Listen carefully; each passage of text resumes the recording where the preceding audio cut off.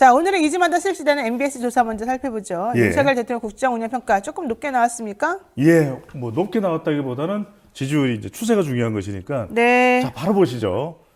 자, 4개의 여론조사 기관이 2주 간격으로 실시하고 있는 조사입니다. 자, 윤석열 대통령에 대한 긍정평가 32%, 부정평가는 60%입니다. 그러니까 직전 조사보다 조금 올랐네요. 예, 2주 전보다 3%포인트가 올라갔고요. 그리고 부정평가는 2%포인트 내려갔습니다. 근데 지난주에 실시됐거나 이번 주에 실시돼서 발표되는 조사들이 거의 대부분 옳은 결과로 나타났어요. 왜 그럽니까? 윤석열 이유가? 대통령이 뭐 한 2에서 3% 정도. 네. 글쎄 뭐 여러 가지 이유가 있습니다만 리얼미터 조사 결과를 봐도 그렇고 MBS 여론조사 결과도 봐도 그렇고 한 3가지 이제 요인이 있다고 보는데 네, 짧게 첫 번째. 말씀드리면 첫 번째는 이제 국정조사가 시작되기 때문에 이 부분이 좀 긍정적으로 반영된 거 아닌가. 네. 근데 뭐 지금 국정조사가 될까 말까 안 될까 말까 뭐 이런 상황이잖아요. 네, 그렇죠. 그래서 그 주는 영향은 좀 적은 것 같고 그다음에 하나는 이제 위기감에 따른 보수 결집이다. 그러니까 논란이 아주 거셌던 한 2, 3주 전에 비하면 좀 보수층들이 위기감에 따라서 좀 결집하는 네. 그런 국민에서 것이다는 해석이 나오는데 마지막은 제가 제시한 이유입니다. 네. 도어 스태핑을 안 하기 때문에. 도어 스태핑을 예, 안 왜냐하면- 하니까 올라가요? 왜냐하면 국민의힘 지지층에서도 도어 스태핑에 대한 중단 여론이 절반 이상이었어요. 그래서 저는 다른 이유를 찾기 힘들다. 왜? 가장 극적인 변화는 지난주나 이번 주에 실시된 조사 결과에서 반영되었을 법한 것은 도어 스태핑이 없었다. 네. 네. 자, 이걸 뭐 좋다고 해야 될지 나쁘다고 해야 될지. 그럼 지금 현재 대통령실에서는 라이브 스튜디오를 만든다고 하는데 그거 하면 또 어떻게 될까요?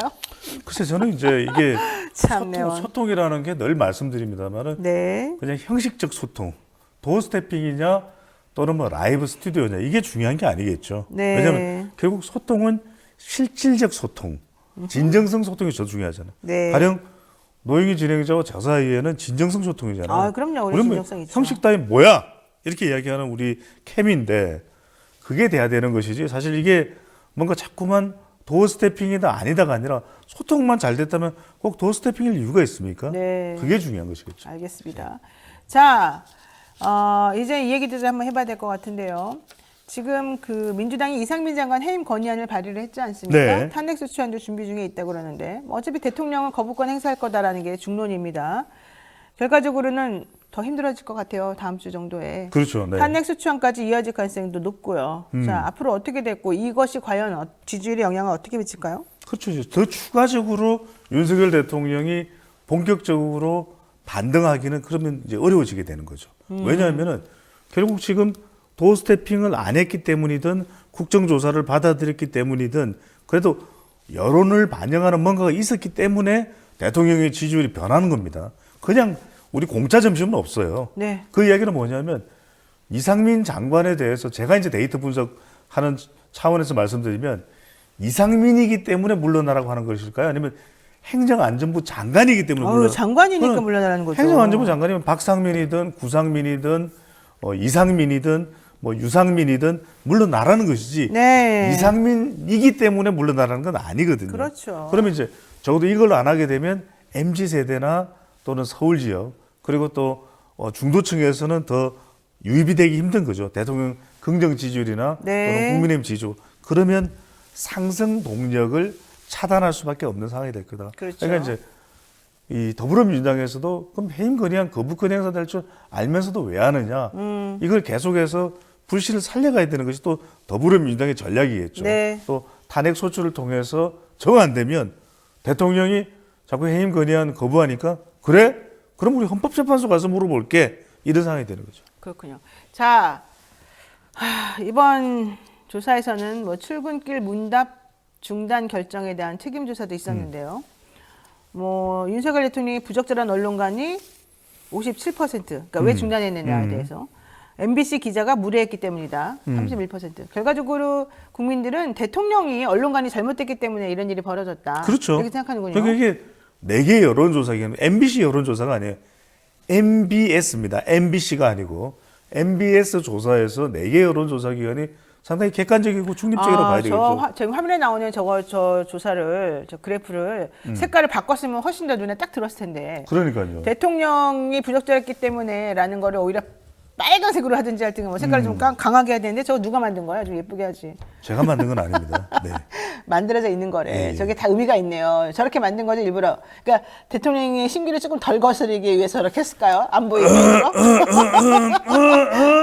나는 네. 그 사람들이 그러고도 남을 거라고 봐. 예, 알겠습니다. 그렇죠? 왜 이런 걸 골라왔어요? 그것도 이 색깔과 관련해서 이게 눈에 팍 띄잖아, 왼쪽 것만. 근데 저거는 사실은 MBC 기자가 어떤 잘못했다는 건데. 그래픽 소프트웨어를 사용해서 했는지에 대한 압수수색이 있을 수도 있겠네요. 네. 우리 한번 해볼까요, 압수수색? 윤석열 네. 대통령의 부적절한 언론관이 57%. 그러니까 도스태핑 중단의 원인도 윤석열 대통령이다. 그래서 그럼요. 저는 중단하는 게 맞는 것 같아요. 아이, 참. 그러면 왜 지금 대통령이 소통한답시고 1조 쓴 거 아무런 소용이 없어졌잖아요. 자기가 소통한다 그래가지고 용산으로 가면서 1조나 썼는데. 대통령 집무실로 옮겼잖아요. 그러니까 1조나 예. 썼는데 이제는 그것도 안 하고 이것도 안 하고 저것도 안 하고 저건 저래서 안 하고 이건 이래서 안 하고 저건 저래서 못 그러니까요. 하고. 저는 이제 뭐야 도대체. 형식이 문제가 아니라는 거예요. 그러니까 이제 모든 것이 우리가 형식이 아니라 내용이다. 그럼 1조 돌려달라 그래요. 알겠습니다. 꼭 전해줘야 돼요. 저한테 자꾸 그러십니다. 계속 하세요. 알았어요. 예. 끝입니다. 끝이에요? 네.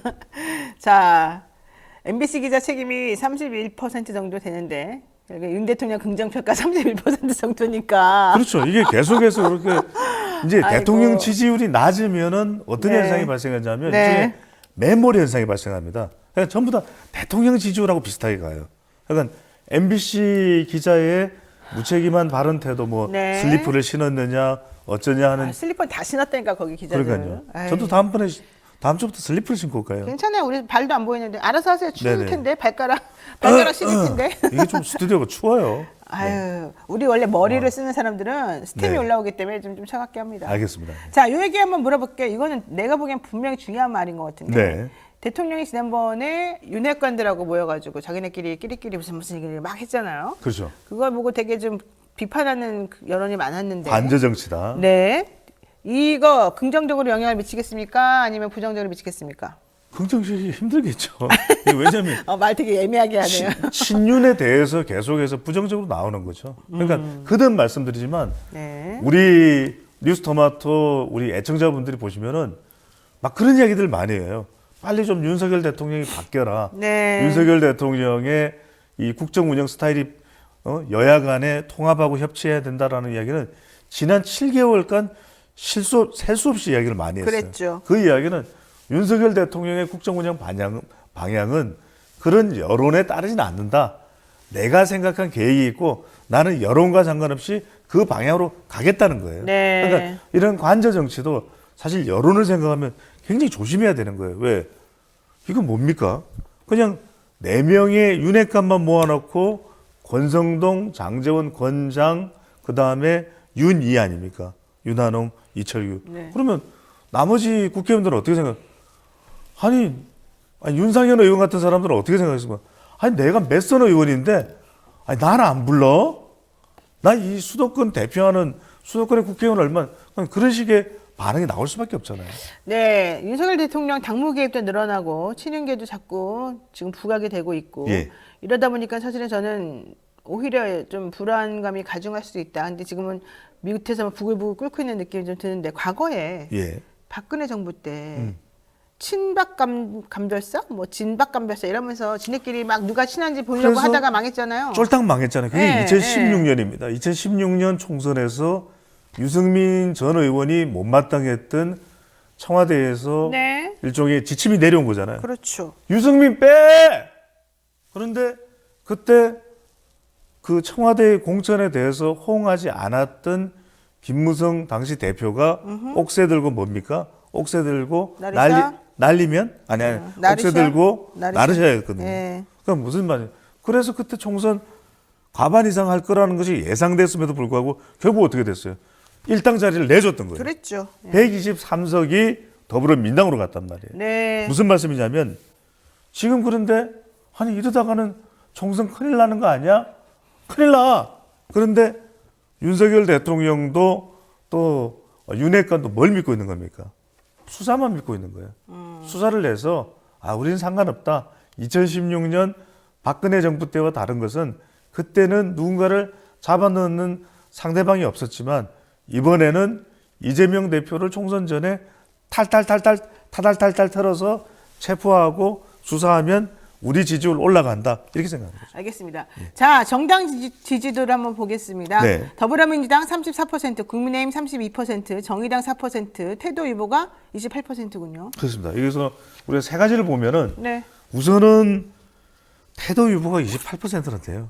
국회가 정말 제 할 일, 사실 이게 어느 정당을 지지하느냐 물어봐서 그렇지 정당 하나씩만 탈탈 옷을 벗겨놓고 정당입니다. 정당의 옷을 벗겨놓고 평가하면 거의 빵점일 거예요. 두 번째, 이게 그래서 태도 후보가 거의 30%를 가까이 되죠. 그렇군요. 또 하나는 뭐냐면 집권 여당인데도 불구하고 여전히 오차 범위 내이지만 국민의힘은 지지율이 안 올라가요. 그리고 네. 국민의힘과 윤석열 대통령 지지율 똑같습니다. 이 조사에서 네. 32, 32. 그리고 이제 더불어민주당이 앞서고는 했는데 더불어민주당도 딜레마는 뭐냐? 지지율이 좀 더 안 올라가는 거. 그러니까 적어도 MBS 여론조사에서 국민의힘과 좀 격차가 나와야 되는데 이런 상황 그렇잖아요.